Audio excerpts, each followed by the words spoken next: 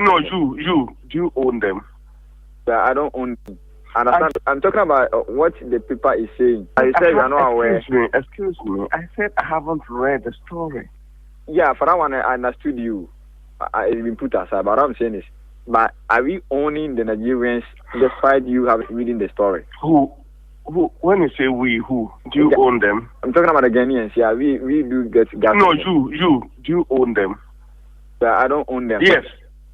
Yes, you don't own them. Yeah, I don't own them. So ask whoever has bought something from whoever you are talking about. I haven't bought anything from anyone. Yeah, I understand you, but we also understand that the Nigerians do supply Ghana gas for the power of our thermal plant. Then ask Ghana gas. If they supply Ghana gas, why don't you ask Ghana gas? I thought, are you happy to be the Minister of Power? You may have all this. Excuse me, at your station, do you know everything that happens at your station? Or does your chief executive control everything that happens at your station? No, but this issues, I think, is very serious that if you know, I will not be surprised. So find out who buys from them and ask the person which organization buys from them. So since the news broke, have you found out from the Ghana gas? I'm saying that I am not aware, gentlemen. He was just saying Ghana gas buys. So ask Ghana gas or whichever organization buys from them. Anyway, we are also reading from the newspaper that you are going to announce the doom show end soon, according to the president. When is it going to happen, Honorable? Have I said that? No. Have you heard that from my mouth? The president said that, and he. So why don't you ask him? Am I his spokesman?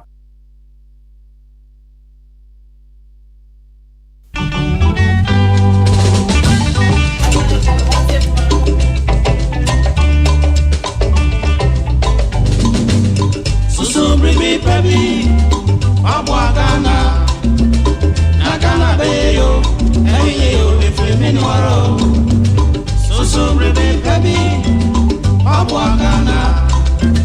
Ghana, Bayo, if you mean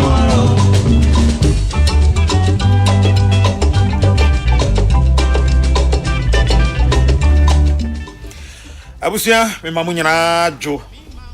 Eda munyana se mudia fidi na to ha sei. Peace 104.3. The platform ena ne braso se yede ebremu ebra aka sima edu enkron na abo nonkron. Patricia Sifa Fisher, Elizabeth Ejin, Prince Bafo Asamoah, Samuel Apia ena Man Sadat omuna ashishe se mini ho chiame. Efremi na ya Kesseh obeti afremi the cardinal. Damunyina asiu me damunyina ase. Enra mo kire me do ema eso mani broso. Mo kire me do pa odokan ema eso mani ebroso. Enti men kan tenten en kan tietia bia benefo sese ne kaja wo ni aseda. Otu men kan nwumre ya na maseda. Obi kan maseda nwumni erade. Ena me de bremo mesofu penny Reverend Father Michael Usu Ofuri. Father me jina oso na unua no abedi akire Father Emmanuel Kofi Boateng. Ena mpapa no asofo nyina Ghana ha nyina ne mo a mo amanone Reverend Father Peter Kwesi Sapon. Mo amanone a mo freme enra Roma sofu bia minim no bia mene no wa yonkofo bia freme mo a menhia moda nenso mo bon mpaye ma me e wo mo masa hodo ase agidifuo ne bi send me videos bebre me papa no masofo no mo bon mpaye ma me e wo mas enra enra de mo am tirimu ye me debro so medamu nyina ase medamu nyina mo ase yankopon nhira mo obia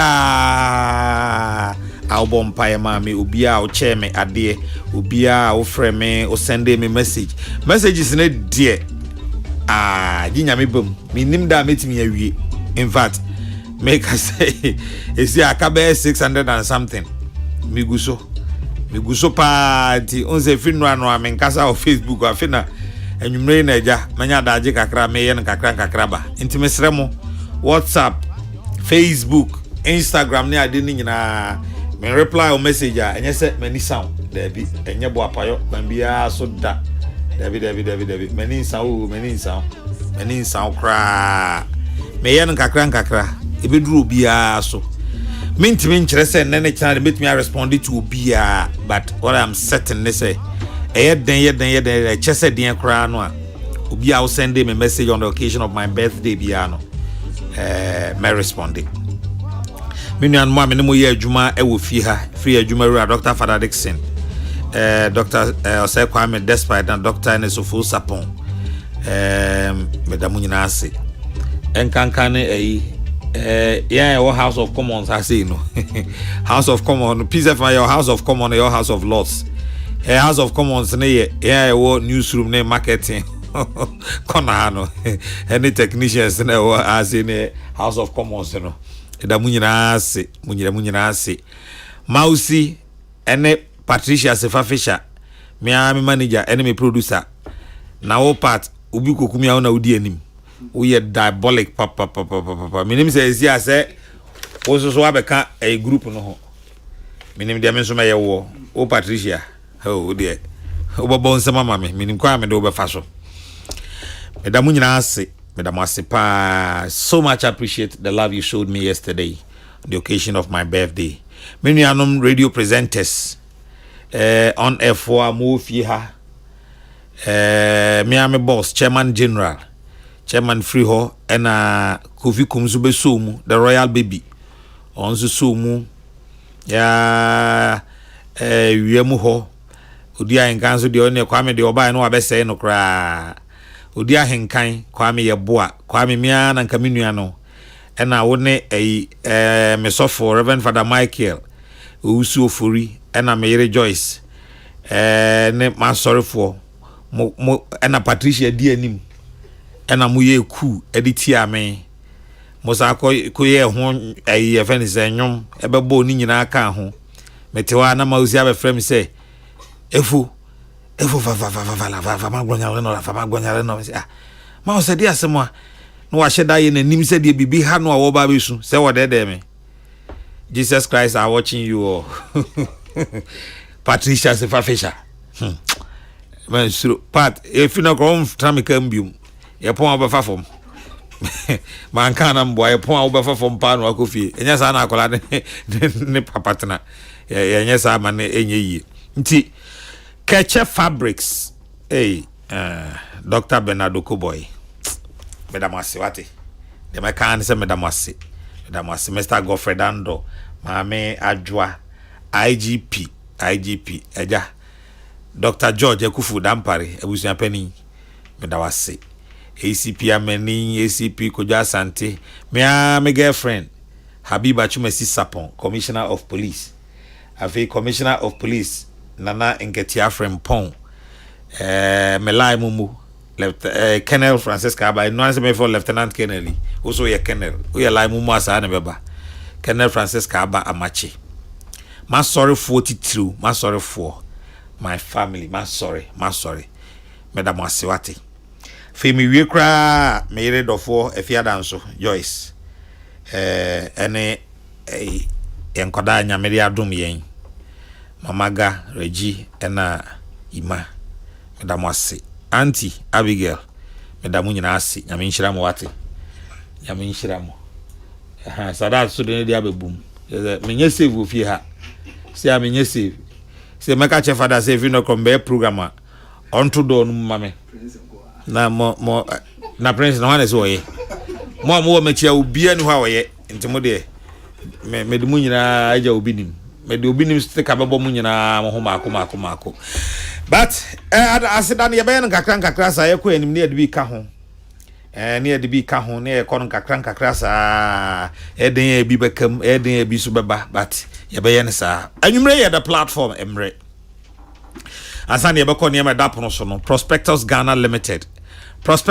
Limited a shop wa bibia opebia bi wom menka mencheche mu yemum se enema ankwala de ko school on Prospectus obani nya admission as kwaje Prospectus bra Prospectus no enema wo su nyina ebi e wo Prospectus Ghana no udru ho a bibia ohia bia obenya but se be ya enema no obani benya nyina de akonti odin hihye bia ba hihye ne se Obo star 447 star 899 hash star 447 star 899 hash. Edo call prospectus Ghana for na boboano. Edo call on ma boboano a na woni o madi nkomo say ye frame asmesi obenten me details ni me to nema so 2000 and 2500 me nya scan tua ni nyina sesi a metua sei ebia na ochi bia metua sei na akama mo bosumi metua sei na amamo ye ne mo apa me hyehyɛ ni wi a eno ano no na ado nema ni nyina akɔ but ebia wo ntimi nya sa test na pesa ofre omo a 0500 600607 0500 600607 and 0556 732 360 0556 732 360 offer prospectus Ghana onsa ebeka won na fe nkomo bia ho no oni wo mo edi enwumre ye bebo nkomo domestic debt exchange program no aban kire sesi ade ase ye nya breakthrough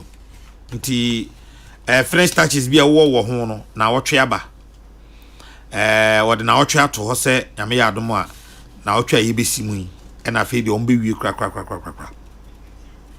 ene moment of truth series NDC for na eye o se ohun ade konti attend auditor general onyina ne tumi so na omo ma hye o man ni sika no onchi o mo ntem eso mo ye ntem na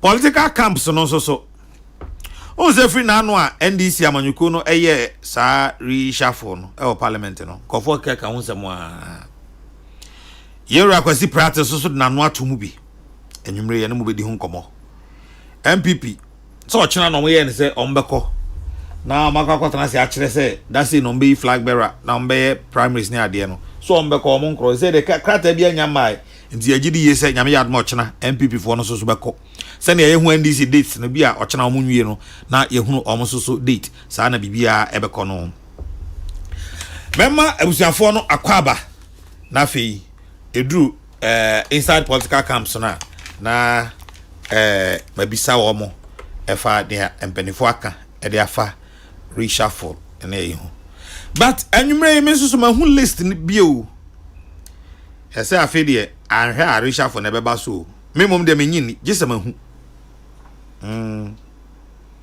me de gese me de mani ahu pa se ade ni but enya sa ade a God.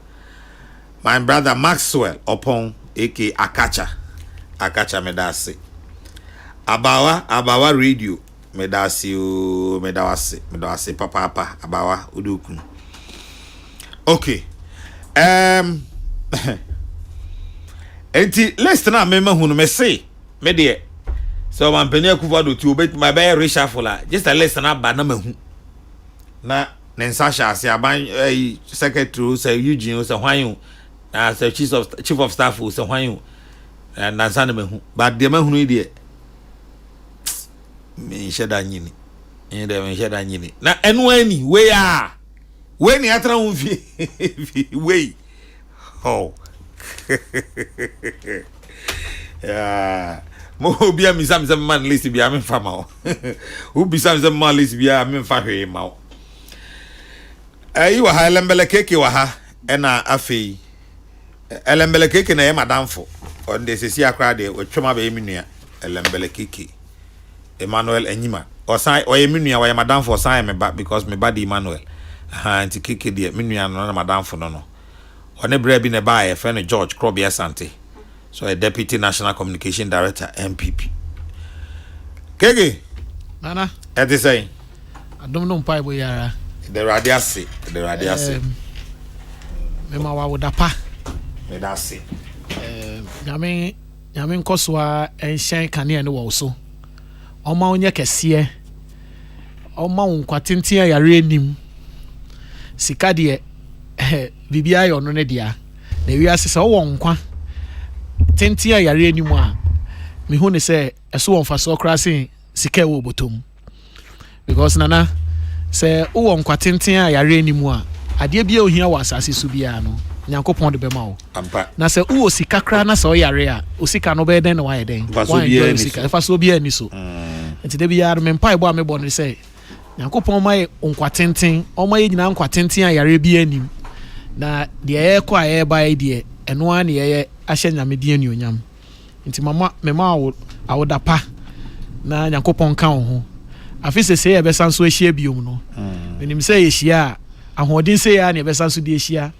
na ye de di oman ho nkomo ne adwendwen oman ne ho ne apɛ bebia ebenya oman no pom asebre akwakosi na meda sepa Dabi Sadat fa we man nafa ba no makrobia Sadat ono nom ne ma bi agyae o yo Sadat oda ono nom ne ma bi agyae Edi Sadat the crew a suspicious name papa Edi Sadat the ehu oh jai ya mo ne search ne hwɛ sɛ no ho dia we are ya me chia me new akrobia so me no happy new year this year fe ne ehia enti me no happy new year eja ne time ya so nti ono so bo ne ho modern say eja ne time so na omo free o mine so na ezi ade omo ye ne de anyo o se full price cost rule and I'm do filling station na krobia no we down for there e visa was Nana yes sir keke ne kasa keke de so eminia keke ya wunua minia kuma o okay this year menya 40 years so 2nd June okay any me say o be cheme kakra nipa chan drobro o say o be chen o kakra can you imagine krabi keke good just that turned out too diabolic me dem nua no madam fo no o san 40 years nyame ayi bi na yame say ya sha se ano me kena me mo akwa bay brama I mean wish you happy birthday paja e fra say oh na say di wa boy wi ona e krobia sante no krobia sante you nyame Adaroma chairman in team ne yewra Kodi Adaroma and them deputy national communication director for them really NPP na mema wa wodapa I mean say inra na your birthday it no say the Ghana for nyina celebrate you na is important say me so me man no betumbi happy belated birthday. People like you deserve to be celebrated because you share you maso a wo ye dem o man konkro Ghana na o sense of commitment any dedication ni ade no sabi yintimi nya hwe ma akura na occasions such as this na was yitimi to celebrate Nyankopon hira dem na unso utimi transeche na uhu yemu bi daachi ni nso hu daachi se de we ayonkofa na ye no wo no e betena ho daa eno hia tini ma happy belated birthday nyame unhira na onto nkwanam na ontre wa hiem di nyina se de keke kan na wo nkwan na wa de because sabi ene onya wiase ne ma nyina na wa ho de ni nsipia oni anije ampa ntino the best form of birthday wish will be able to the man so be wish so nyame hwe so no ma nkwan ho den ewo mtina na meni menu keke be ma happy belated birthday amen medama sepa enra salam o hu sada ma chia no ma me wate ka che ne se medana se SM enra SM send me message or frame me back SM super Charlie mentimi am for na pressure no wo me so enye easy now you're big man you're big man in our Kiss FM they are a big man great man who no watch crowd no you're big man oh watch we oh you too much no you're big man we watch you do e friend say cocoa board anymore 2 cd start copying microphones no mudi na ho komo too much and microphone feeling okrum am na yem panifo o ma nka hwe anka ba ko no oh aza ya metiasi ebeyi na metiasi 2 in 1 anyway Patricia okay and this amanyuko moment of truth right yes moment of truth yeah. no camera good I'm say auditor general omo hu ade kontia wonjina ne tumi so na omo di ezika no omo mfa omo nkoko na party chairman lawyer Sami Jemfi ɛna ɔkasaeɛ ahwɛ sɛ yɛbɛtumi atie deɛ lawyer Sami Gyamfi kaeɛ no kakra na yɛahwɛ sɛnea ɛbɛsi akorɔ lawyer Sami Gyamfi moment of truth twɛn by the kind Kesseh of COVID-19, Ghana benefited in. Okay, the lawyer Sami Gyamfi, National Communication Officer NDC, or no, or address the press no. But say it's in some no kakrana fi jinaso. The hano round one meka enema yinu na boom domestic debt exchange program aban CCC ade on the bondholders no komodi na konanim. And afi NDC moment of truth no mekanim yinu abom afi wi a yebekọ other issues eso. Lawyer Sami Gyamfi. The Auditor General's report reveals that by the kind Kesseh of COVID-19, Ghana benefited immensely from unprecedented inflow of funds from various sources such as the World Bank, the IMF, the African Development Bank, the European Union, the Contingency Fund, Bank of Ghana, among others. These funds, the audit report estimates to amount to a total of 21,844,189,000 Ghana cedis. That is what, according to the Auditor General, came into this country as a result of COVID-19. And so this is an extract from the audit report. You can see the table there, total amount mobilized.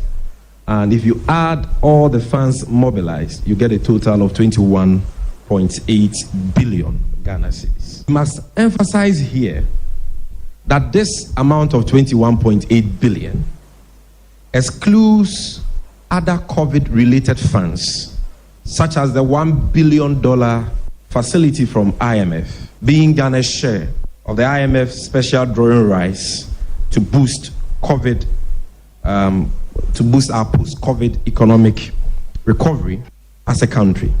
The Auditor General's estimates also excludes the over 62 million that accrued to the COVID-19 Trust Fund, which was established by an act of parliament to help mobilize funds to complement government's fight against COVID-19. So the 21.8 billion Ghana cedis we are talking about, being the total amount of money mobilized by this government between March 2020 and June 2022, is not all there is.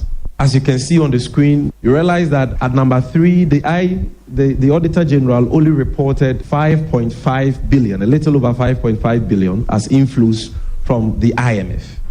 That was the first $1 billion we secured from the IMF under the Rapid Credit Facility. And if you can move to the next publication, you will see that IMF Executive Board approves $1 billion disbursement to Ghana to address the COVID-19 pandemic.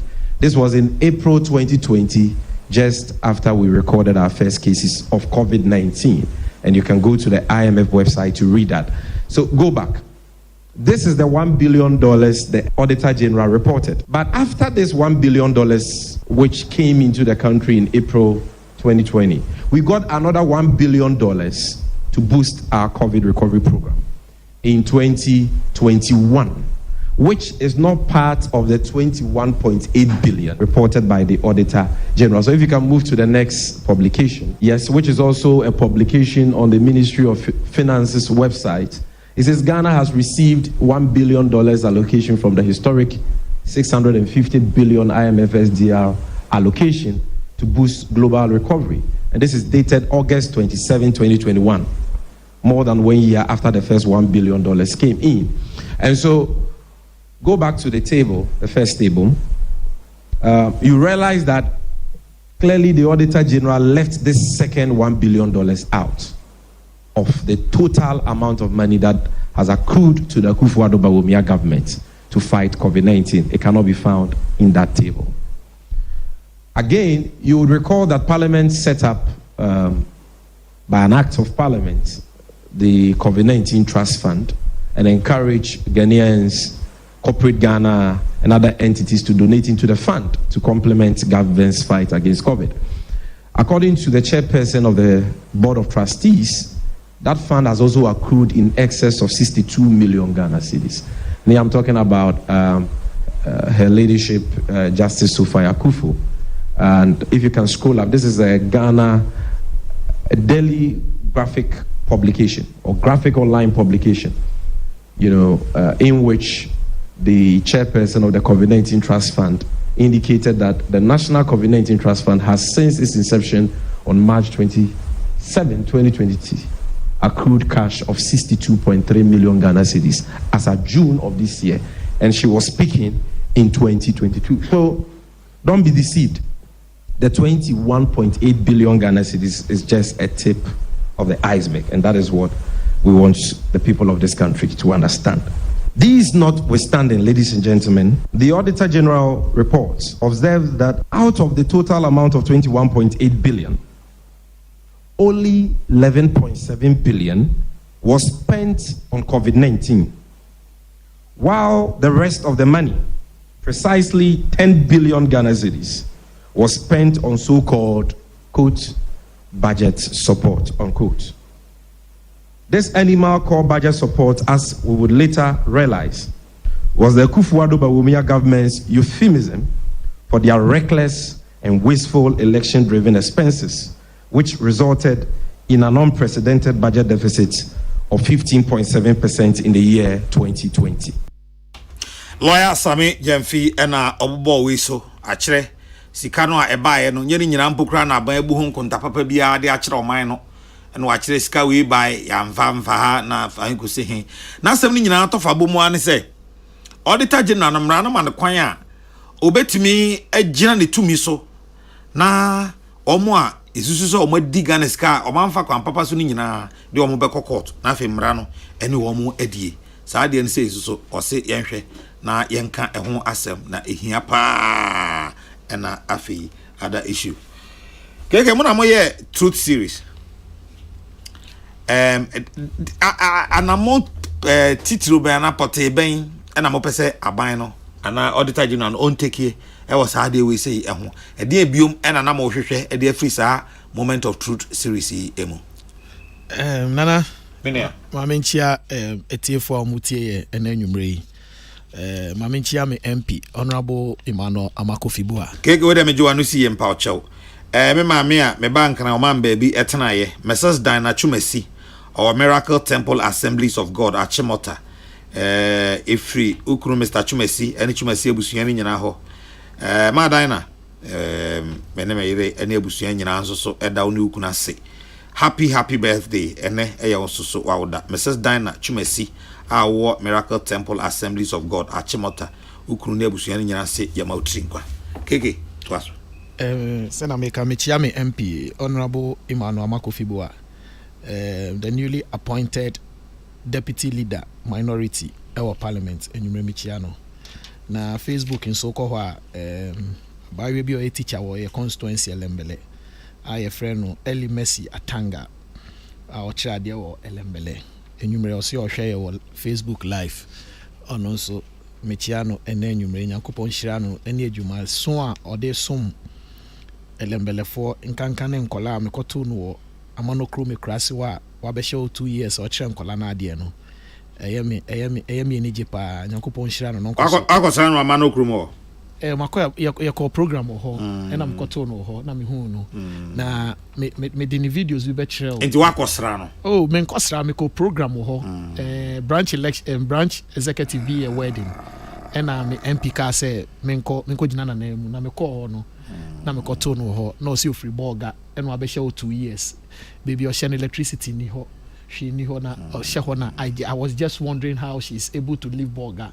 na wabehye elembele baby o share cocoa farm mu pa o che nkola na ade ho san pam ade ma nkola no o ye catering ma nkola no o ye ne mo bebre ma nkola no I mean she really touched your heart. Yes me hujiri na kupon shira no pa Eli Messi Eli Messi Atanga Eli Messi Atanga nyankopon enhira no na unim dada na me nim do me first time am ko hia no and ultimate information pa first time but say me call here na me ko hu no me hu ni so different from omo ho no me tiase and am say say wan ya many problem na me bisa me ne di nkomo na me hu ni poye ti me ne me MP kra akasa about her say ye hwe kwan a betumi support na ye benya nkrofo aba village aba be kire nkola na ade because education is very very important and your school asabi anka sabi mu bi ente ha say nti hu obi o impacting knowledge into the kids at that remote area na e was say ye bona baso na e ma na ho ode no tumi ye no obi so encourage so be bi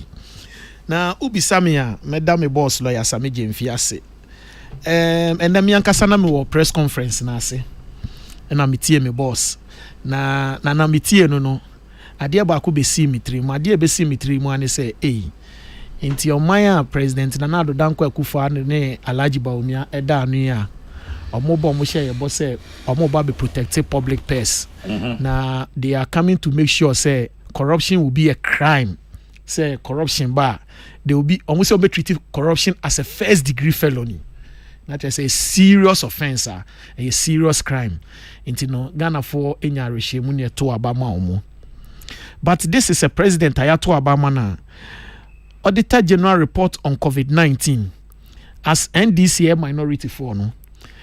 Tama yewe elections in the and started say from parliament everywhere we were pushing the government near pushing aban say on my the expenditure and I say omumra me church mu Ghana sika e de momo in terms of the management of COVID-19 because we be say aban na bibia COVID-19 tin e ho kire ye COVID-19 Russia Ukraine tin e ho kire obi so mu bibia e mo de kwhye COVID-19 but Auditor General report by any who said there be sa COVID-19 kra sika ye nya wo kroma say no nka wo say COVID-19 during the COVID-19 mukra na beyond the COVID-19 no anka wo say ye hotoye wo kroma pa e wo say fu obo okofom e wo say pan no okofom e wo say niema bebre bo okofom because COVID-19 sika ye nya wo kroma no eye sika na mu odu anka betumi aye niema bebre na ye press conference no ye hu say Auditor General o say sources of funds are nya free baby enya ya e for COVID-19 no sources of funds no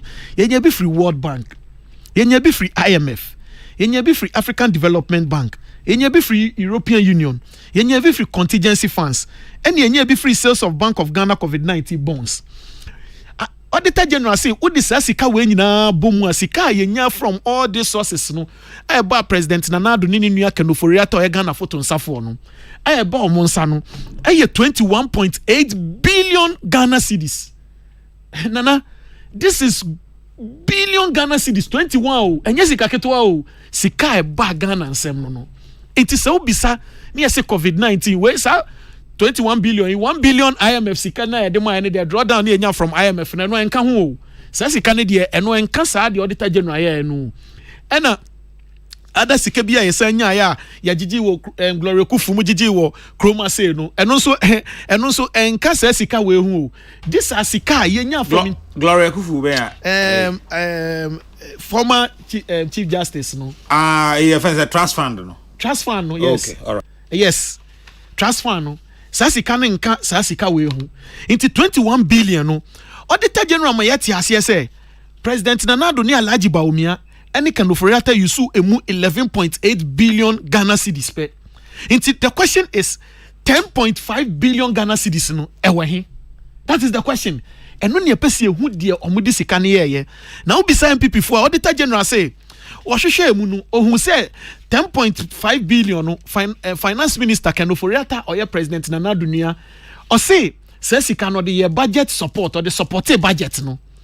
Na odi ade support budget ase ye auditor e wose ehu de ade sika ne ye den ye hu say Auditor General cited a lot of infractions any sikadie basa ne de ade sika ne ye omudi sika ne troka Auditor General ma yate ase e won report nim na ye yimu 15 na media meti he time nti me yimu 5 key one na me fin say e wose ye ka ho asema Ghana fo hu say adia President Nana Ado Danko Akufo Addo eni Alhaji Bawumia ni Kenofori ata de omudi ye sika ye no nana wonim say Ministry of Health omo ntumi account for 81.8 million Ghana cedis ye de mo ye mo 120 million Ghana cedis emu 81 omo ntumi account omo ye mo sika se omo fankoto vaccine okay Sputnik V vaccine no okay sa sika ne de ma Ministry of Health no.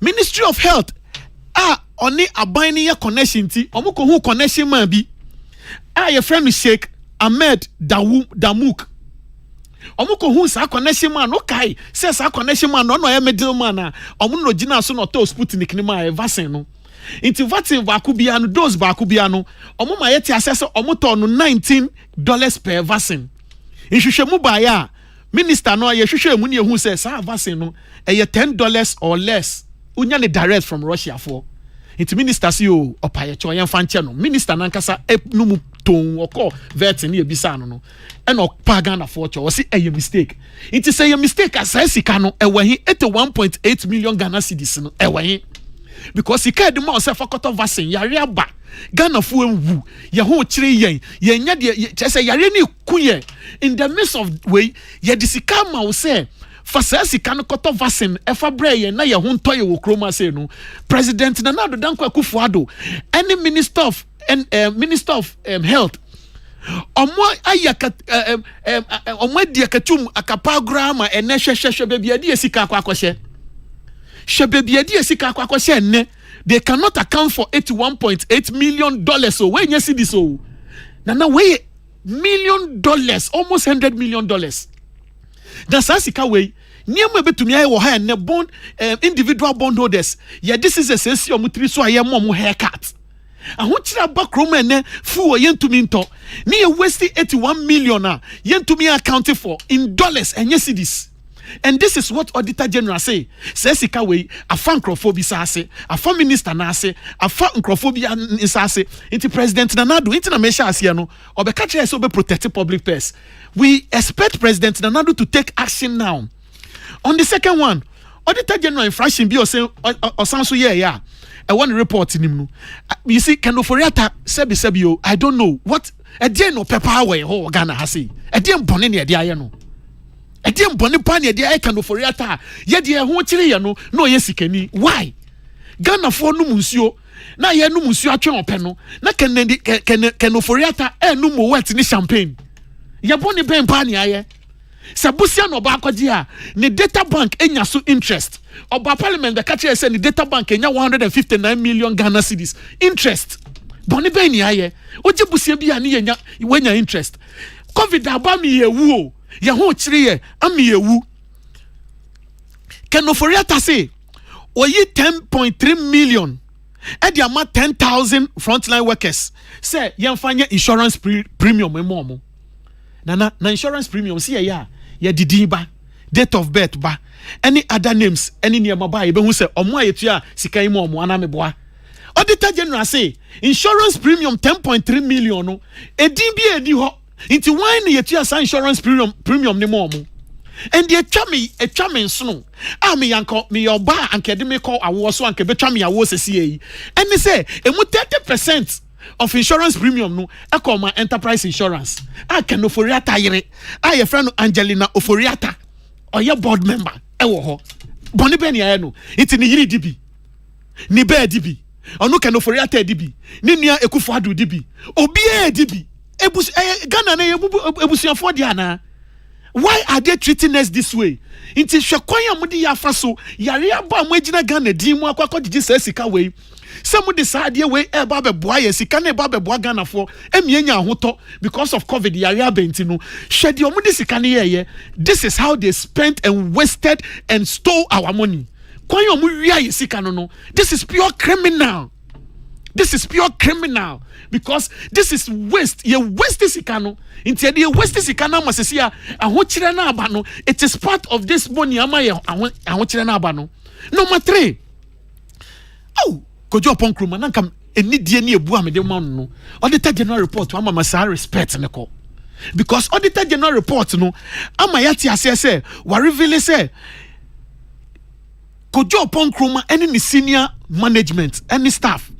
Abra yare aba frontline workers omugumu omu pesika e dia to PP yenye bi mo omu pesika e wose em insurance they were crying for money no na koju upon crew money ni senior managers any management at hold your risk allowance over 151,000 Ghana cedis in pacho Minister of Information say Minister of Information in the team no. And then risk allowance no mu here under the COVID-19. Abra yare aba ekuye. Timi nyina ko sisɛn. Me, I'm telling you, auditors general, the revelations. America senti we nyina obo so de ko sisɛn. Maba bebe see. Every time no be ni honti na America sa usi from ti na mechira. Yeah, how many say? Yes, how we nyina. This is how we wasted the money. It's a waste sika was anema we mu. It's me ka kwa kosi say. Say omo ene Ghana fu etie me. Say MPP for catch ya say. Ahokyire ya abei, aye ho kyire ya ene yesi ye debt restructuring yet tin crofo sika so wo bank na bank e bra bank e di ni tie si former bank igu and no continue filling station to mean tofu and no rajoma inflation in over 50% and ne bibia boy di wo kroma sebi and then crofo ko ware kra na ye dia momu school fees ye bre ahokyira ba and then nsu pure water na tony 20 pesos and tony 50 pesos e ye di ntia e because of sika abani nya yo mu waste yo mu wie sesika na aye dream kata hye proya president na do ma yeti ase se ono de oba be fight corruption be corruption first degree felony. This is the report of Auditor General. What is President Nanado doing about this? So I'm pampa say or mine no or papa mo mine na and I say or papa say or mine betumpon ama ehia efri krom ha ama ye ho atoya sesika we ehyenkrofonsem. President Nana don't sanction Auditor General because Auditor General now obetumia asa charging Crawford GG sikani bi. And was see your money, you're supporting near money sa to me, you're making sure say you ma 2 minutes or the juma. 2, the Attorney General must be given opportunity. President Nana Oma Attorney General in Crawford sa sika we are form no, they should be prosecuted. And was here the omo famra kwan so near retrieve sika we omo mentumi anya sika number no asset omo won was here ton asset na anya prison pekeke so omo ko we have to buy ton asset no because you see yes anema we mu nyina ye benya sika nya ye free SHS ya and then kola enya duane wo school so bi ni anana obisamia sa ade we am hu ye no in fact me yama she me papa internet lawyer Samije fi ye we ni wie no otumu say journalist for ba ye omo mbe tie ye no obi aye machine obi hu say it is say ne die sika ye so the conversation must not stop here na only opportunity now tina Mike Netia please let us call on the president to make sure say sika we yen saka because sika we akoshe nkrofo bottom we need our money. It is for our it is for the Ghanaians. Emmanuel Enyima Dodona Fen Elembele Keke were a member NDC's communication team ono na CCC and George Krobi Asante Deputy National Communication Director NPP. Krobi Abrem Nana enia the Keke kasa jina ma stress ma mini kanchi Ghana for 80 me wo fa ba ko a aja metine so amasori King Hotel Nana da ko sa me do call lunch o King Hotel na ye kudi jollof good jollof tabi ya mekamba yenya time nkoi na mentia the general secretary of the ruling NPP lawyer Justin Frimpong kudi on the national chairman any party mpanimfo a ATM nyina na mentia the hardworking information minister ono abukwadwo opon kroma keke peso ya din sam fole no but we ya enyi because kwadwo hote mechia menu akwadwo opon kroma na mechia ono abu eslanso ewa jumadia mpanifo ebo nana meme nko achiri sebi Auditor General report o pedigree of a journalist minim say we read the report no sikasem a o hwe Auditor General sika hodo a o kase Ghana nyaaye baby enya free na omom contribute to scanning nyina nana you have that information me ha me ho now nana the same report it take any time every single penny the first item was the utilization of the contingency fund, which was the 1.2 billion. Nana, was the 1.2 billion and yama edi binye. Was the bois editua a front line health workers. Yan jitum say a bra COVID baye. A jumakuo bakwa mo bom homo dia Ghana ni bia wotie na nwumre. Enimpa no they put their life at risk just because no person mu save Ghana for nkwa. Yenuanom emrantie ne yenuanom ma omo ye adwuma ewa ayaresabe yahodo nana omo na omusika no ye di bi ema allowances bi ana eni ho ana ho behia se ye de be wo ho amom se de be ya adwuma na omo so omo ye no be feeling good no matimi because that time no there was an emergency situation. You know, sabi a doctor for nurses for they were at war. Nana ejina oman nanim ko abo enkwa ho ban okrom ha. You know, my panyin ye propose as say who be here say provide the allowances be more. Sa sika make ho say ye be here. Yes sir, be supply food items. Keke kasa bebro obi disca yen chi obi anye na japade. Why na tikroma onim say COVID time ye cheduane okroma. If there is any proof or if there is any justification obeti abegina akase MPP for mo bua COVID abreso mo an cheduane okrom ha. Then KK can have grounds to say sika ba yedi. Sa sika ya 1.2 billion America nana yedi bi supply enuane okroma. Yedi bi ma free water and electricity. Peace FM the platform at TF8 nyina nim say ebra COVID ba ya na enipa ehye dem a na muntimi nkwa adwuma ebra people were made to work from home ebra yenua bi mu a omadwuma na omoye were seriously affected no na ehu be hia sa aban na etimi support ema miminya free water ni bi. I am a beneficiary of the free water and electricity ni bi sa sika no ye de bi ye ebiem Ghana form emrante ne mabawa no musua de ewo obi man so a COVID ba yenti na restrictions ahodo aba ewiase countries bebre no na ehu be hia say as a responsible and sensitive government ye be yan say ya ebetimi evacuate sa Ghana for ni nyina. You see, every emergency situation requires drastic solutions and actions, and nanado aban no sa time no anya hwehan wan ka say sika na aba no because the monies were meant for some of these items. Sika na hu be hia say de betu sa na mo we, and exactly what the monies were used for. Ye de say sika ni bi kotwen Ghana for no efri ho ema ene me ne o ka say o manya o mo nkwa didi mu a ebinum atimi ato ma brabo so. Ebiem the same sika na yeti krom ha ye de bi support to small and medium scale enterprises. Nana opa at the end of the day enipa etie yen omo beneficiary of this particular initiative no will testify say no krese COVID ba ye no ye di nwuma ketenkete me business bi kura menya bi ye aban so ya sene because aban needed to protect our jobs. Enti aban ye hyehyeye through COVID-19 levy COVID-19 sa sika yom chiche ye emi ma ye sika say ye nyina ye adwuma ketenkete bodwafo obi abenya bibi kakra de ahye na adwuma se de be ya na adwuma engu sa sika na ye nyan no dwumadi na wo say ye di sika ni bidi no ye didi nana eno kwadan chen ye sa di sika kura na bi eto medical supplies schools ahodo any baby bebre wa ye di dance say Veronica Bucket assemblies sika koya assemblies ahodo. That time I was a presiding member for Brimnorth District Assembly. Ye che Veronica Buckets, ye che nose masks, ye che sanitizers. Yes, spraying our communities, market centers, schools, any other. Sika ni bino no nana yanza moving yamra utilization of the World Bank sika omode ma $430 million na ye no. And also ediana ye this is can be ye nana. Auditor General the same report na minu na betina ha o twa nkontompo wo ho ne say e kire ye pefe say sika no Ministry of Health EDB to medical equipment EDB to cleaning materials EDB to medicines consultancy storage facilities what as a vaccines any insurance ahodo constructions ahodo because at that time now COVID by no man ni anto o man mu. We were still running the country. You see, you don't sit here and make it appear say sikana ba no ebi ani dwuma di ebi akroma. You can have grounds to say obi afine sikana bi ba no ne na was here dey no ebi ABCD amount anko yesa, but you don't create certain impression. Now my even surprise am what they say.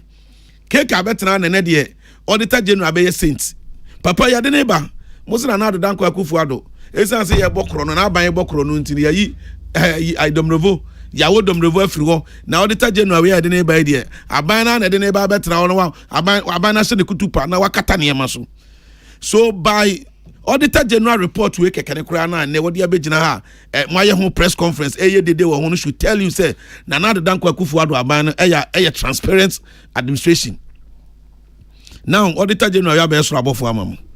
Nana another sika yesenya utilization of the IMF rapid credit facility which is the 1 billion na oka ho asem no. Ma me ntwa de ye nyina eti kroma na o man panyini na de danko Akufo-Addo ne na aban. Nhyehyeye se ye di bibi e friend napco ebeba. Ye be support leap Ethiopia sika no sa sika ya ka ho asem 1 billion sika ya ka ho asem keke kire say ya chedi enti yen kwachi nkrofo nsisi o majapade.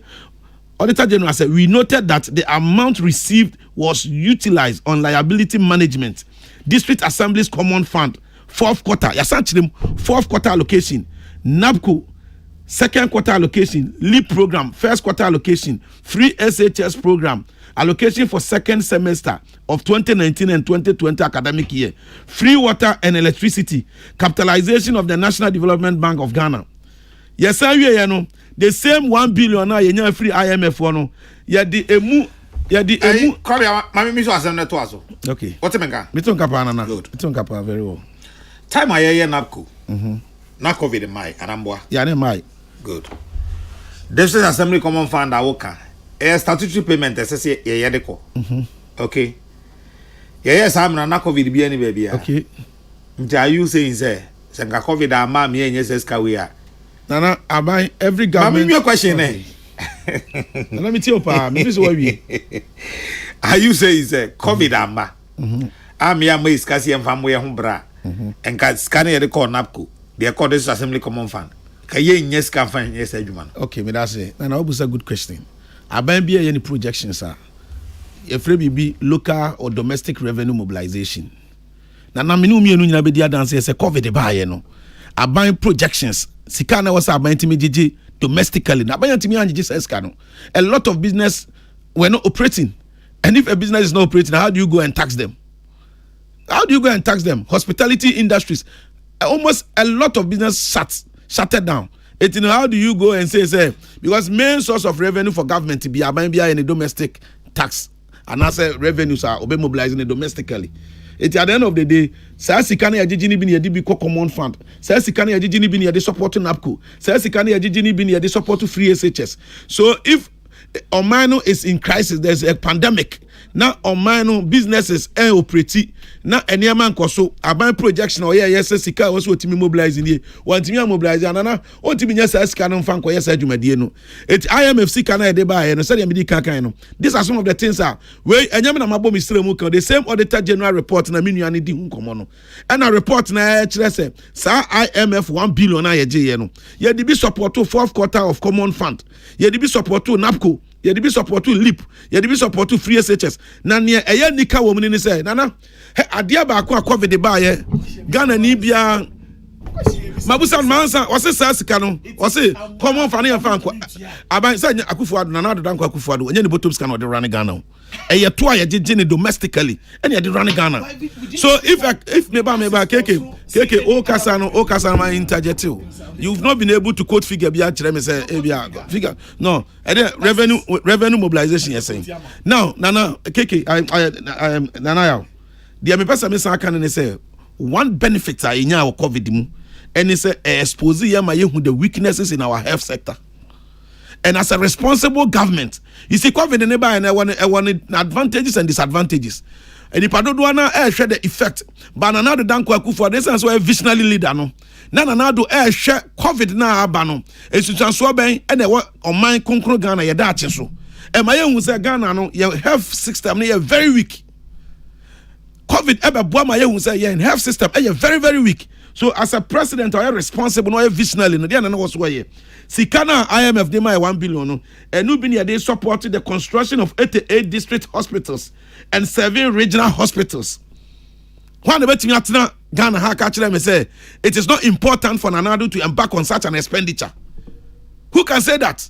Say enya important say COVID de ba ya nyina ye hu sinto e wo na pom den aso ye ho no e hu hia say aban be yisika aban be nya nusuade hunu no waso da ye say there's the need for us to improve your healthcare delivery as a country. So Nanado danko Akufo-Addo na aban and then in penny for Kamutri who say there is the need for us to construct district hospitals and then your friend agenda 111 and emu 88 are being supported by this same $1 billion now. All claims say will be dino. Again, 7 regional hospitals. Nana issuance of Ghana cars and mop-up exercise across the country, among others. You see, Auditor General report, you cannot just go and quote a certain portion. Any the American the American you see, it is about time issue bar. Yempiki issue no just like that. Ofan tra na we be discuss na we tumfu tra gu nipa ani.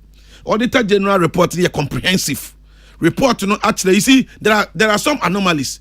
Nana, for instance, my presiding member, and being a presiding member, Nana, anytime be a audit biano, omu be audit conference. Presiding member, you are a member of it. Sometimes, and yamani be okra na be a sikano obi niyo. Sikano be a the school fees. School fees they did no. And if abofra ko etu the school fees, na so the receipt ba na return no say school fees na etu na who receipt ni. Say a bear audit, necessary receipt in my it be recorded as Sika, Abia, Obiadi, and as a sky anyhow. But at the end of the day, Auditor General and as audit report will indicate say so and so amount to assembly not spending, but there's no receipt attached to it. 18 officer we are in charge, whether the district finance officer or the coordinating director will be charged, say, or make sure say obetimianya receipt in what they are retired at the end of. These are some of the normal practices. At the time, maybe they were concluding the report. You know, now a lot of PVs near the Waha, maybe Omunsanka received you and mind you, we were addressing an emergency situation. Ghana, at the point they were addressing an emergency situation.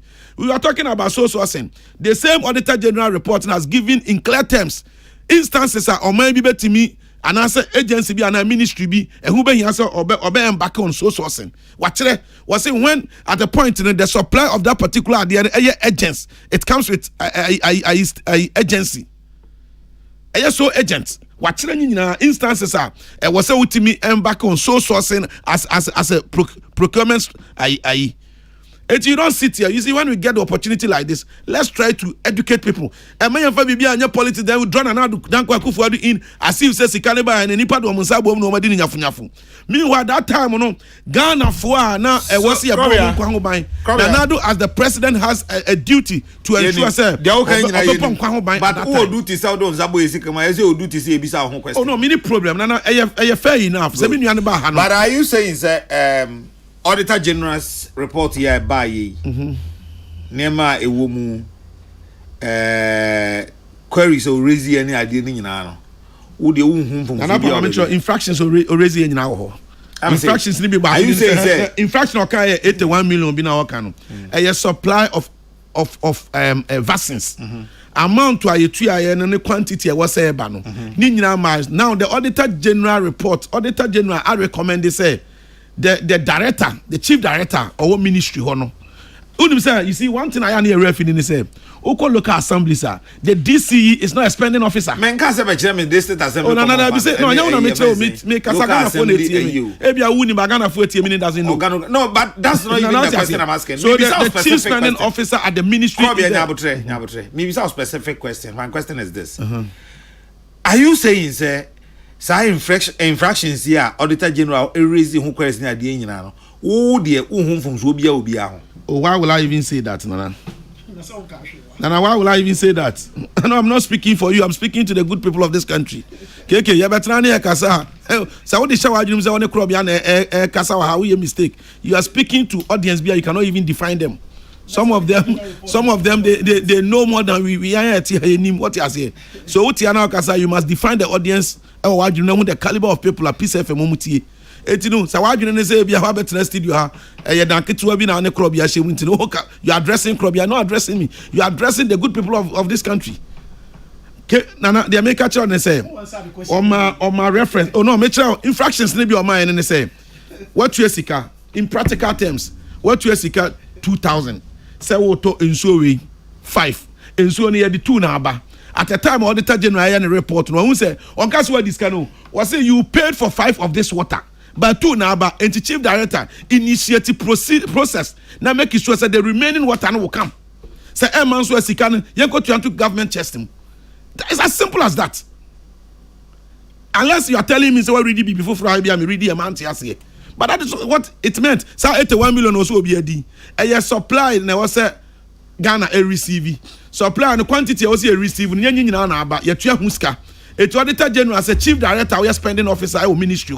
Making sure, say, 2 things. Either say quantity now can be back. Now Ghana for Japan, and now say the difference has to be paid into government chest. So when hula balloon, no monsieur. At the end of the day, that's the KK. See, an opportunity say, we are addressing sensitive issues. At the end of the day, Obi a Dibonia. Me, I will not sit here and say Ghana Amra and protect Obi why involved in corrupt activities. Because corruption is there AD as of mine. But yeah, all the time reports though, you can report as it is. My report, there's so much sensations. No. Obi a this guy, you continue to fear, you too. You say that's not the way to go. My brother, that is not the way to go. 18 form no. I think sir we need to investigate, analyze the report. Why not go investigate it? Auditor General Diaba. Why not go investigate? No, Auditor General. You understand? You say we need to investigate. Why not go investigate? Yeah, say about advocating. The ongoing investigate until the report is clear. Your state institutions they have the mandate. Say Auditor General report to copies with the Beko Parliament. Those mandated institutions must act. Now, free say Ghana Sikabia could be baby any can say dear. You never support to say into an amount. But they are okay. No, you want to make it appear as a Mamintia man for adventure for peace.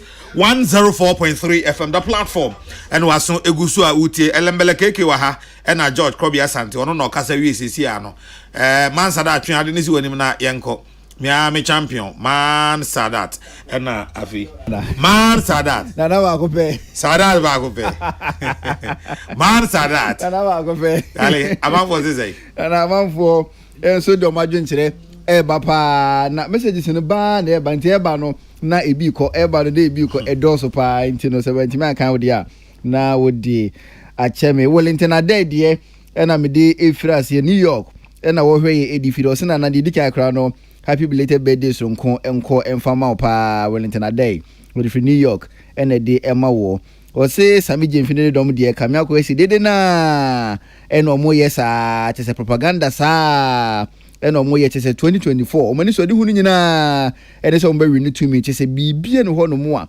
esi o mani so eno anu no to me na so no mo be ye bia na MPP e be break 8 o se enchia enkoma incoming president Urumanyanfo Kennedy e Japan o se nyankopon inhyira ne pa Wellington Adai ye di New York ene ba ye piaga enso edie enie piaga se krobia obu adwuma pa na e contribution no nani eje ho koso na ebu adwuma teacher constitution wi amoase onu nso ni die ni wo se daben kura na NDC fo omu be yedin e wokurum hanom na semo no ya mama konya wokurum hanom o na so mo modern bwanso ni 2016 Ghana fo etoaba editiamo enti aden na chese mo nkama no ntuma de bia na chese mo ha adwen wokurum hanom sa o se enchia nkomo no nyamfo Mavis nkansa buadu woni Dr. Baumia teacher constitution wi amoase ene de no nso eba betu mu piaga odi en madi kan akenkan ba ko e wo soro hono modada na bawasaba GH enso edi en tema community 2 BBC en wo hweye edi efiri Atanga Mavis wonso de no ababedru balabo wonso de na ababedru okay master planner junior Kintampo wonso ni de no aba abedru aka Kintampo BMW o si chame jemfini propaganda party akwese ba final form chese de bia kasa sa na so mo fo anhye fufuro bia nkomo neti amamu mu a nkomo de bebo no omo nka ni bi da de bia kasa sa tates ne de Ghana fo apa ho o si enchia nkomo no nyamfo 17 MPP national chairman Anita Ofori enso die ni wo se more fire elembele obu adwuma pa wo se wotio more fire piaga odi ma ken Canada Raman enso edie ni ono so se elembele more fire obu adwuma pa koso na ebom na komensa pillar 2 onso die enie komensa oso krobia ewo ya de pa na NDC for die sa dum so ne eyini die Ghana for eni kwase mo kwan kora biem na agenda 11 kora mo ba o muntimi ma metwa so eni tin NDC for die there's no way say ewo se Ghana for esan mo kwan biem na ankoma Foster onso die eni ofo ase yiribi achimansa o se kwayo ene ade ba ko pe betima abo na o my Ghana den sesa abo o my ni mu se ya nyesa na yamfu yani ansi kwayo so dia ene yamfa ho ni bibia no o man ne bekọ so abere sa o se nchia enkoma Mr. Dominic Yawe Japan incoming warfare chairman Eastern Region Fire Service ono so ne die ene no commensa pillar 2 o se National Rental Assistance Scheme na MPP for Ghana man pinya be di chira ka ho asem no manifesto na no eno a no malanje no eno a no o se enchankoma BMW Dr. Mamadou Bawumia eni won manyamfo asenso boache Kome Plateau no so ne de no Mohammed Haruna enso de ni Mohammed Haruna so send the city bia na MPP be break 8 na MPP betima break 8 na eye alanchiramanten e de betimi break 8 no na yensa enkoso messages ne bapa enti no se me botra wo de na de achema kismi Ebenezer enso edie ni akisme Ebenezer se MPP de omagu Ghana kra Ghana yenipa na nkomakum Ghana one time na oma se Ghana sikasem se MPP na amisco spelele kaswa messages na min kind wa hana hade ne botra sa amisco spelele bawasaba de makan kuma first down so die makan piaga won so die no makan Kome Plateau won so die no makenkan na akismi Ebenezer die na mekan no akismi Ebenezer Japan o say Ghana for etwaba ATNDC sanse na omunim se MPP ebetima ye adwuma no na omode amammo ni MPP nsa na fei NPP fo mo mahu ni se omuntwa tew in fact omunim ankoma ntoba amfa ma MPP corruption pa ni ntropa na MPP fo akabom edi bu Ghana fa so sei akismi Ebenezer Japan ono so ne die no Stephen Tufo enso edie enie o say kamia ko ese NDC no omuni bibia o metimi aka na omuda convince Ghana for se nto abanfa mu chese de bia de sa so hu enyi na no ntro na natufo Philadelphia US abrichima mu no so di free a wode ebaye Joseph Achiao enso edienie Joseph say NDC for omuni bibia edma Ghana for dum so beba biempa de never again o si de bia no propaganda nko no munya kwenya so mo kasa o mo yesa enya de a Ghana for yesi mo makwenya bia biem nana atobra kakra anana atobra kakra die o say MPP NDC omunyina no eya bekronsa omunyina no enya de ombebo Ghana for kwan bia so o say Ghana for yem ye nibre so hu na sa MPP ni NDC omunyina no omuntimi muaye na fotosanfo so de ono so de woni MPP no maka bum no mpese Ghana no omu sai Ghana kra fotosanfo ni MPP o maka bum a chese o moyo majen se Ghana no omu ye den omu be sai Ghana na MPP ni NDC ni kwase mo fom hudi ewo kurum ha no mokra de biara da na atobra kakra ono so ne de eno no ankoma makan wo de mana ba won so de makan papa ko ekọ won so wodi ni aka okoto rasta boduase na odi efiri ebaye we say good evening Kadna happy belated birthday sonko enkomo nyankopon nshira na wonto wonkompa mo fever we say and we the amen so we say oyi adwuma pa nyankopon nshira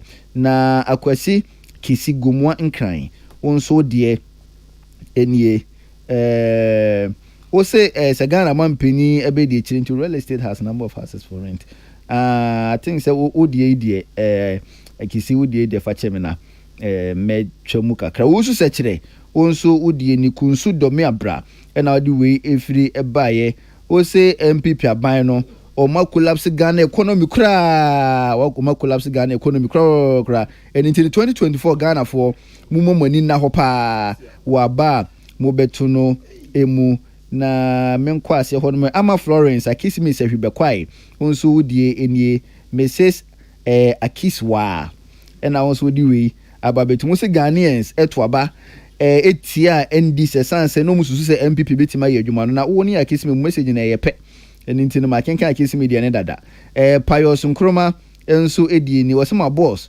obo adwuma pa krobia keep the fire burning na Mad Lion ahafodiem ono nso ne die enie o say Mad Lion message ufuri se ya twem na Alonso GH onso die no si Peace FM number 1 platform show no wani je ho pa gomua dominance ho na do we free by oga really onso die no ababetum oga really se national rental assistance no makenkan wo die no dada nana I think say message ehurihuri sa ti Mad Lion die no na me de etwa eto ewo honum Mansarat medase krobia sante wa ha na elembele keke soso eda so wa ha Zafo mmienu na me ne wo edi enkomo na sarado mo hwe we say mame awusafo me ba why me ba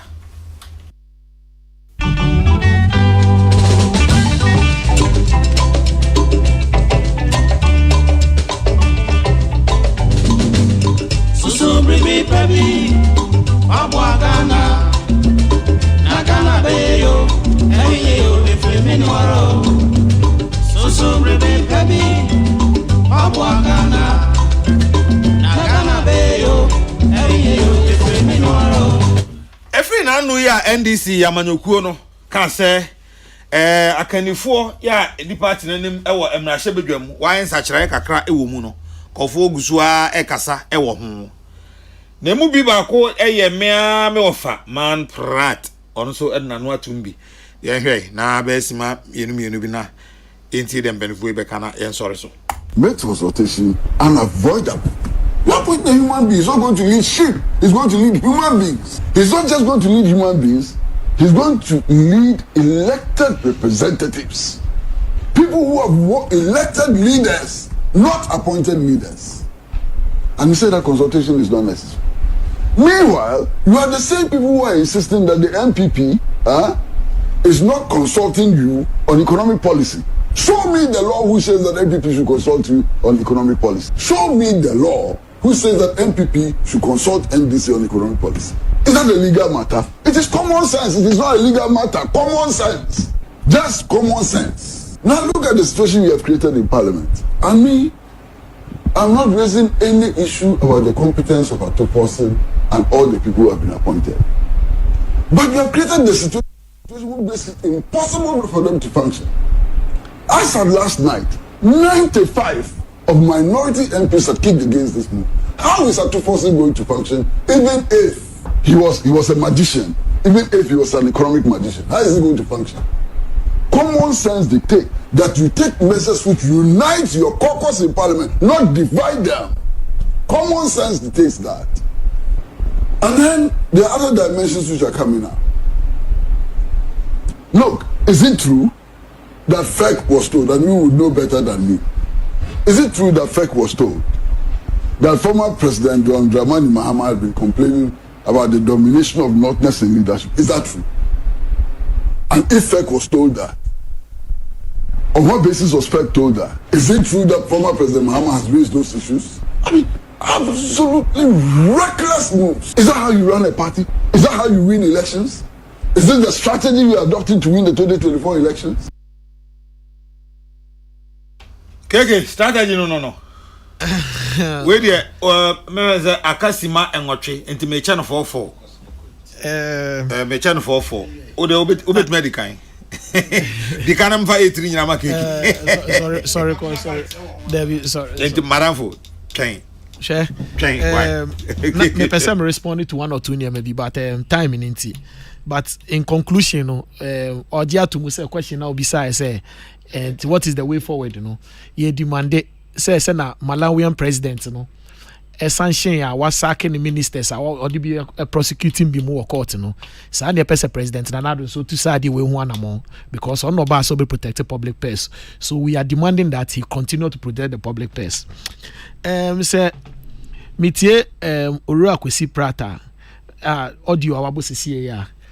Kadna adia baako a ɛwɔ se yɛ nyinaa yɛte aseɛ sɛ ɔhyɛ no opinion ɔkyɛ na adwene owura Kwesi Pratt me obuo kɛseɛ ɛde ma no but sɛ yɛ nyinaa yɛte aseɛ sɛ ɔnyɛ NDC ni ɔnkita NDC card ɔnkɔ yɛ meeting ɔnkɔ NDC meeting decision sɛ take wɔ NDC kabiom osi Kwesi Pratt ayɛ den ɔpacho obi ehu ni NDC party card da ɔnyɛ party ni onti ye party mu ontena ye yenko ye meeting ma Kwesi Pratt etimu bi ye take decision leadership will take decision he's not part of it he may be privy to informations but decision taken no kwan ye fa so ye sisa apo no he's not part of that decision ye tena se ne edu ye domusu ko e wo table no ne edu ano bye bye oni hobby so he yes obetumi a share no opinion to say the all share no an opinion share no so there sabio ayesa atare obi atam ya on obi atam na atare share obi an the sizes so share no opinion I don't have any problem with that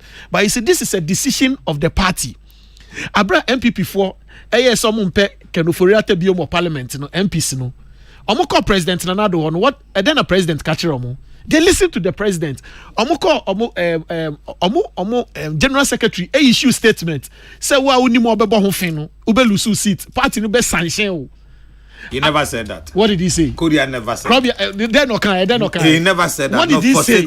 So we say yes no kan no ka dey catch him. Or say. Kodia statement then say. Or say there. Party no NSA MPs no edi nkomo dey afa asem no na omo ma asomdwemra because leadership will see to resolve the matter. Okay. That's what I remember. Unless maybe I can be from a man kind. And no na me kan ya o ka say. Eti dem me kan ya o kan no na wa kan. Be o kan no na one person be kan na me kan ho. O kan say. O say MPP obetu ho na more because say president akasa. MPP obeko feda bia no. The party will deal with the MP and they will make sure say MP no obe lose ni seat. And they all kept quiet. Adenti na general secretary kasa ya MPP 40 ya. Ene yen general secretary ne chairman any party mpedifo atena say taking decision. It is difficult for people to understand say this is a party decision because Abra MPP general secretary kasa and it was a party decision and they complied. It had any general secretary any chairman any fake any neck atena say people are having issues with that, but that is the beauty of democracy. People must share their opinion and opinion sharing so enya bone, but we are doing this in the interest of the party and the party a umbrella Kesseh makacho says umbrella wo shasia you take decision it says you to ushasia is only being can da and this is decision you take your umbrella no akata ye nyina yeso it is snow beto insio beto osunu beba umbrella ne team send team. So I am telling you that at the end of the day in 24 yebu baby say senior wie ye ne hu wan ye hu chale inti at the end of the day ne be hu chale no. Why that decision? Because the decision is in the interest of the party. And for me, any decision party leadership be take bia, I'll support it. Because kwaya ye fa so ayi honorable Haruna Idrisu no, I be any leader any team no. It is the same procedure and use so I don't understand what Kwesi Pratt can say emra ben de kasa emra but omo the parliament abide the program oba. Omo ba be who minority. Yen share adwin mu. They come to say edem no, but we have a convention because parliament way a arm of government. You check the executive. Into the executive baby also at the parliament for approval. Into to me council ya the ope. Into honorable Ajimamenu Sputnik V no or we no. He did not when your parliamentary approval. And nothing you can say no it is unlawful. It is a question practice China no try Mrana me put him running be near Mrana ebin na me quote. So what I'm saying is that this is a decision of the party. Me did say decision where you take no party for you na grassroots we can we call Elembele obiase de mi age Elembele for you na obiase o mani age because this is a decision and my MP no ya deputy come here baja unibre mesrao Elembele we wan ka hwe Robbie osi okọ nana ya na me chia me chairman bi say otie me MPP Mikroma Kwiase Development Association anya Kwiase asem ne be kan ha ya no vice chairman otie me chairman tie me nti no ma me kan for me chairman na me nua ba bi so information ministry akosuya adepa Jennifer no so tie me me chia no you see who is sure so ministry once na KK person or compare o general secretary no with MPP general secretary. But one thing the referee say, yeah, general secretary no is a senior to this general secretary no because could you be general secretary as a Fifi quote this general secretary. You see, Kodia is so smart and intelligent such that Kodia will not take a decision without consulting. And this is 40 Kroman and the Nanadu Yebia on consulting, the Nanadu Yebia on consulting. Even amongst Mwankasamo smaller party, the Krano, your national chairman cannot consult on one. Which is a smaller party? Oh, of course, NDC in Ghana for you now. So we are discussing issue that has to do with NDC. NDC is a smaller group of Ghana. What you say? We bev the constitution. At the end of the day, forget about that. No, at the end of the day, that is why you are here talking. At the end of the day, nobody is saying you cannot take a decision. But if you are in leadership position, at the leader, your ability to consult, to build consensus. That is what I see Edukentia is lacking. Now, MPP, I'm telling you, Keke. At the end of the day, one of my classic examples. See, General Secretary, when he was making a decision, we found ourselves in the same situation. Lawyer Justin Frimpong Kodria was able to construct leadership of parliament. Any party for Dinkomo who the entire and who here so to Sana Mono. And MPs need the General Secretary. You see, when you are able to build consensus, when you are able to consult, people respect your decision. Now, I see a Dinketia. Sorry. Now Parliament, economic issues. You see, economic issues. Economic issues. NDC for say economy in the election 2024. So if it is going to be the economy there, then young Papa Kwabredu for. In terms of economic, or nim dear economy, Esri John Dramani Mahama. Sana NDC for Katra John Dramani Mahama. You see now, Keke say, Kwasi Prat have the NDC card bearing member. Now NDC for they are very intolerant. Nasa Kwasi Prat on your NDC tolerant. And yet tolerant. Kwasi Prat on your NDC. That is fact. Now, Tama, young Papaya or Central Region, Alote, who a higher or static cancer of a kind of crash, I want to be containing non Pamono. NDC for now, Debbie. If you go that time, Kwasi Prat has always been advocating advancing. It doesn't make him a member of the NDC. Yes. I don't mind. I almost am. But that is a fact. Mami Misawasem. The NDC, but I will change the topic. That means change the topic. Say I can't reshuffle. Reshuffle, they say my NDC reshuffle Makoya or man consulted. Now, maybe some question. NDC topic. Opposition has been bold. Nana is not bold to be reshuffle. You see the difference. Even in opposition, we have been bold to reshuffle.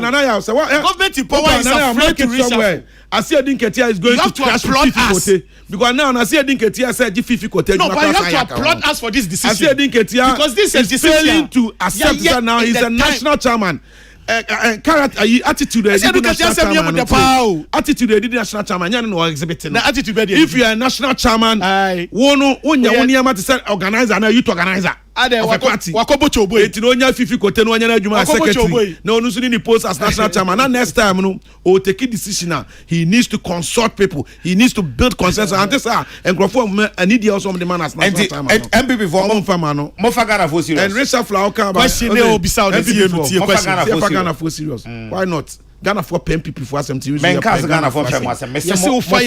And I'm actually say yes. Why not? Sir. Some of is serious and Kabe film you know Ghana for Kesseh. Munya reshuffle. With the munya cry.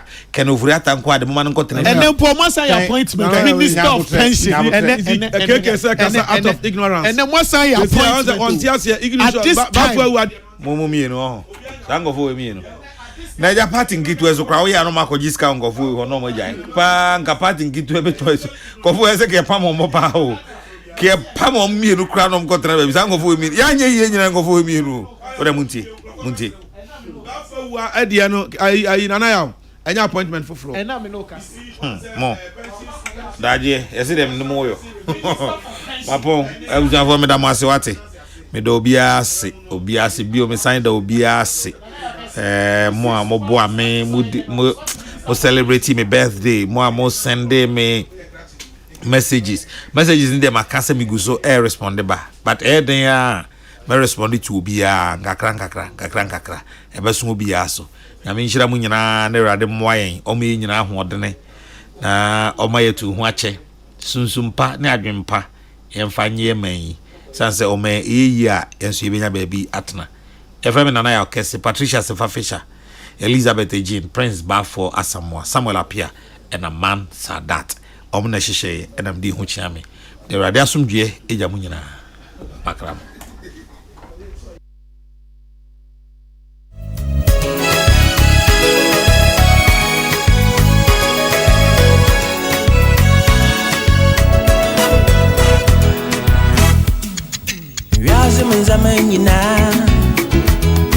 Oya kwenju ahinze na ngwasum Vyazi mnzamane no mu nyipe nyina